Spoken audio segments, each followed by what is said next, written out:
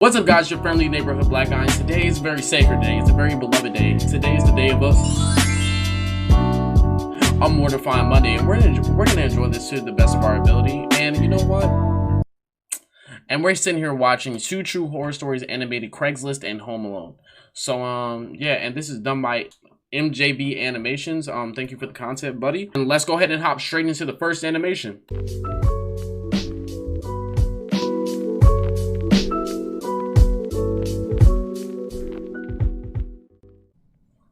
My money situation hasn't been the best lately. With rent and bills to pay, it's been a Understandable, bud. Understandable. struggle. In my attempt to make ends meet, though, I met someone I wish I hadn't. A few nights ago, I saw an ad on CRAIGSLIST looking for someone to help move a few large items and boxes up from the basement. The job offered $12 an hour cash and estimated to be around 5 to 7 hours worth of work. That sounded great to me, and best of all, it was within walking distance of my house. I emailed the poster of the ad, and everything seemed great at first. He was thankful that someone had answered so quickly, because he really needed to get things done. After a few emails, though, he hits me with something. I want you to know that I'm a gay man. Huh? How old are you, by the way? That's a weird message to send. Yeah, word. Sexuality should be none of my business. Exactly. What does his sexuality have to do with anything that involves moving your boxes, bro? Stop being fucking weird. The hell? If you call up a plumber to come to your house, you don't share that information with him. No. I'm a 28-year-old guy, though. I'm in good shape, and I never leave the house without a knife in my boot and a sidearm on my waist. I need the money, and this guy's 68.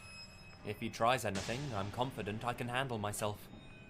Besides that... Hey, yo, don't let these boomers fool you, bro. They will beat the goofy out of you. Do not get it. Bro, my great-grandmother, she is still swinging like somebody my age.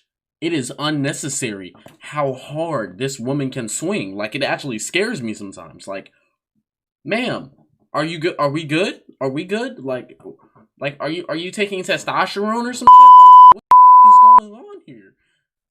It actually scares me. Like, she's such an active woman. Like, bro, especially old men, bro. Don't let it fool you. He might have gains, bro. Like, chill out. I like to think the best of people. I try and tell myself that maybe he's just a bit flamboyant and has had trouble in the past hiring people who turned out to be homophobic. Oh, makes sense. The time comes and I get to his house. He comes off as a normal and pleasant dude right from the bat. He's polite and friendly and has a really cool house. It's your typical middle-class New England home from the early 40s. Not something I'd want to live in because you're so closed off with smaller rooms. But they have a nice charm.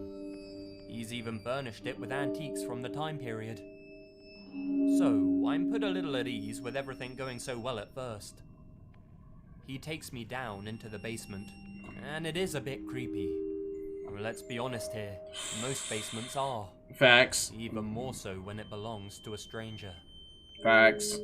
He shows me what needs to be done, and I start getting to work. Everything goes fine for the first hour or so. Then, I notice out of the corner of my eye, he's watching me from around the corner. I try and tell myself it's no big deal. He just wants to make sure I'm not stealing any of his stuff, and that I'm doing what I'm supposed to. I mean, I guess. After a few minutes, he goes away. About 30 minutes later, he comes strolling in wearing nothing.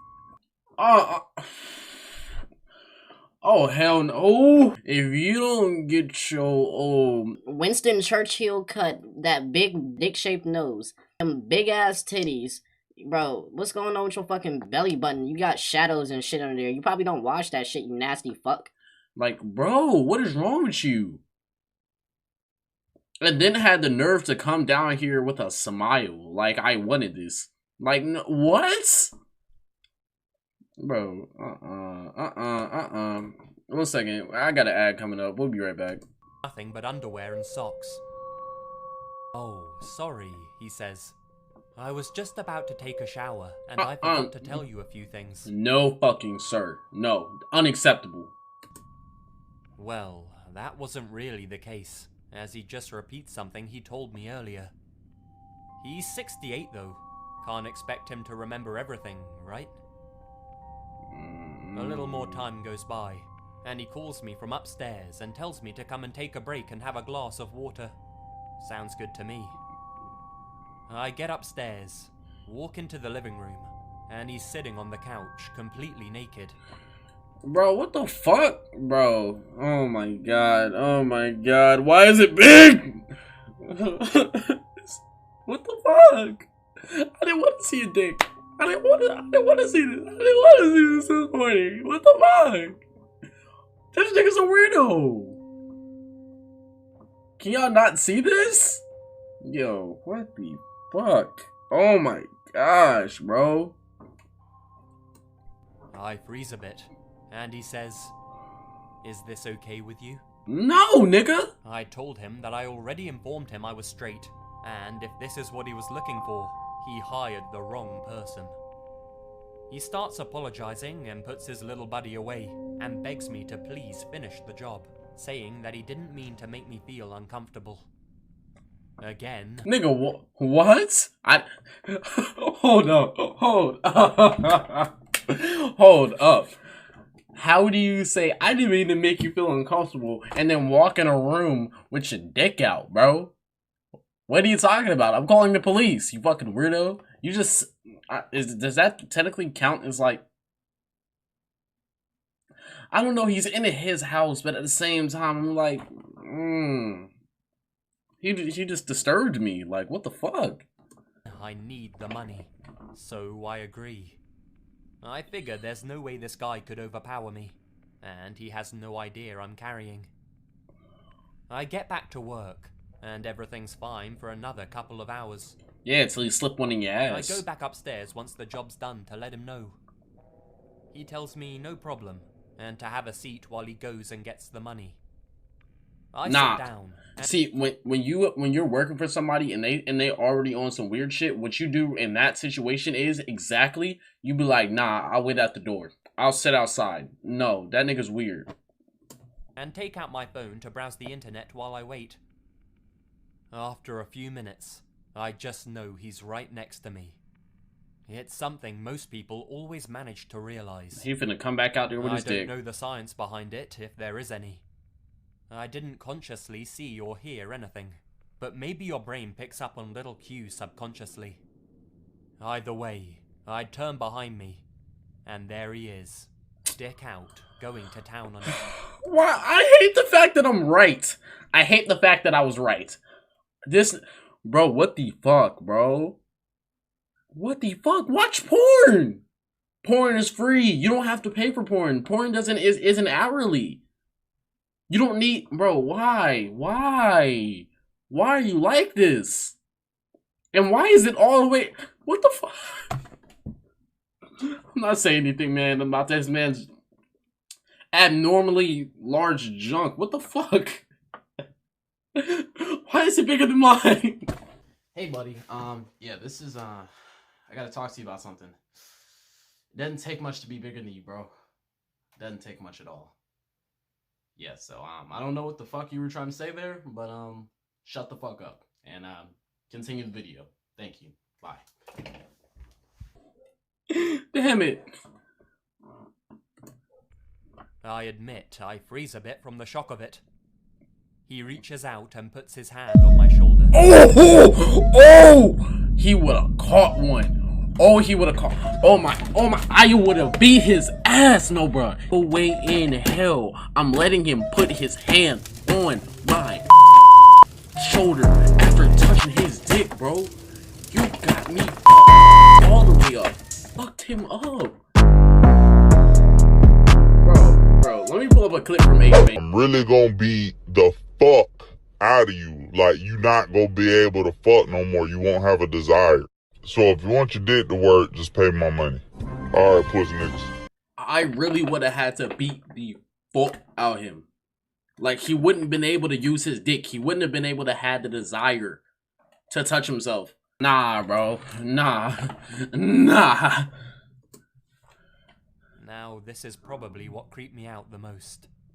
With his hand on my shoulder, he leans in a little towards me, smiles and says, "Now, don't go and tell anyone what you've just seen, okay? This is just our little secret. Nobody needs to know about it, right?" That's not a line that should come to your mind if a 28-year-old is your normal victim. That's the kind of thing you get used to saying after doing shit like this to fucking kids. That's what I'm saying. At that point, I jumped up, told him to give me the money he owes me, Facts. and started towards the door. He hands me the money while still jerking off, and says again, "Don't forget, it's our secret." A few hours pass, and I receive an email from him. "Thank you for what you did for me today. I feel as though we bonded and connected on a very special level." You would have bonded and connected very specially with my Glock. You would have gotten shot. Nah, bro. Bro, I cannot understand. I can't. He got me fucked up. I'm not even in this story. Oh my. Yo, he's out of pocket. This was a wonderful day I'll never forget. I have more work for you tomorrow. Maybe you'll learn to enjoy watching me share my private moments with you. I didn't respond. You just see me about this shit going crazy. You can call me Todoroki, where I'm firing up, I'm amazing. I'ma hit you with the crazy ass moms. Every time you think I'm coming home, that fucking go in your mom. In the earliest months of 2014, I started dating my current boyfriend. We hit it off immediately, which resulted in me staying at his house multiple nights out of the week. Eventually, I ended up living there, sharing a mobile home with him and his father. The neighborhood itself was fair. Look, I just thought of some super vile shit, but I feel like I know what's about to happen. The dad is about to start doing what that old nigga did. Or you gonna try and touch her, bro. Like, she home alone with the dad and the dad acting weird. Really creepy. One of those unnamed country areas that branch from a main road. Richard, my boyfriend's dad, would tell me stories about how the entire street was owned by one man. A guy who had gotten old in recent years and let the land go. As a result, the field beside our mobile home was overgrown with weeds and old trees. He also told me about these strange occurrences, of which he attributed to two things: aliens and kids from another neighborhood. Despite his warnings and how creepy the area was, I didn't take him too seriously. After all, his biggest concern was aliens. I was unemployed for a short period of time after moving in, which left me alone in the house while my boyfriend and his dad went to work. I spent most of my days putting in job applications, cleaning up the house, and reading online. I guess you could say that my presence at the house was pretty predictable, which is the only explanation to this occurrence. On a day as unremarkable as any other, while I sat reading a book in my bedroom, I heard a car pull into our driveway. The sound was pretty distinctive, considering the area wasn't paved, but rather made up of gravel. Thinking that my boyfriend, Cody, had come home early from work, I slipped some shoes on and started for the front door, which was on the other side of the house. Before I could reach it, a knock sounded against the glass. The front of our trailer had a sunroom, basically a front porch that is encased with windows, making it so you had to go through 2 doors before stepping into the living room.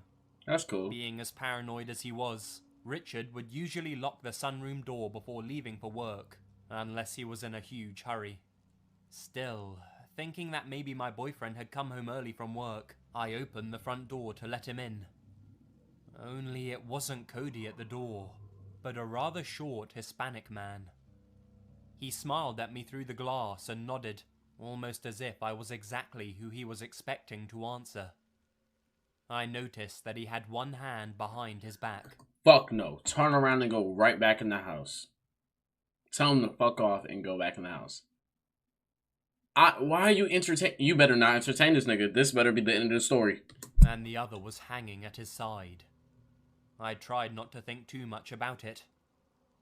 Beside him, in our carport, was a small white truck, and I could hear that the engine was still running. Hand behind his back. And then on top of that, he's smiling. Like, yes, my dear. No. You go back in the house, you lock the doors, and you call the police. I need some of y'all human beings to understand how to read situations and when they're about to go bad. Hey, can I help you? I tried to make my voice as strong as I could, but it only came out shaky. I'm with the garbage company. I'm here to pick up your trash cans. Why the fuck you lying? Why you always lying? Oh my god, stop you fucking lying. I blinked, They're knowing immediately that this was a lie. Yes, it was common for the garbage company to come and pick up trash cans if the bill hadn't been paid. But they don't fucking knock on the door. But I'd gone with Cody the week before to pay it. Not to mention, the drivers never knocked on the door. They would only ever take the cans and leave. I glanced to my left, seeing that our trash cans were still there, on the outside of the sunroom, somewhat behind the house. They're right there. If you need them, then take them. This time, my voice was more assertive, causing my visitor's smile to turn into a frown. "May I come in?" he asked. For what? I didn't verbally answer. I just shook my head. My heart dropped as I watched him reach up and grab the handle to the glass door, pulling on it to open it. The door clicked, He's wildin'. obviously locked. The man tried to pull it again, this time harder, causing the metal to creak. I jumped back into my house and slammed the front door, locking it with purpose. It was so quiet in the house that I only noticed two sounds. My heart pounding, and the doorknob to our back door jiggling. There was no way it could have been the guy from the front porch.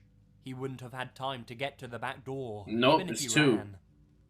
I yelled through the door, "I'm calling the fucking police," still baffled at the fact that this was all happening in broad daylight. I could hear the truck drive through the carport and into our backyard immediately after that. I took a moment to look through the blinds of a window, watching as a separate man jumped off of the back porch and into the passenger seat. To this day, I'm convinced that these men knew I was home alone and carefully planned an attack. One of them was meant to distract me, while the other broke into the back door. I still don't know what was hidden behind the back of the guy at the front door. All I can say is that I'm forever thankful of how paranoid my father-in-law is. Who knows what could have happened if he hadn't locked the sunroom door. Nah, for real though. Yo, this goes out to everybody.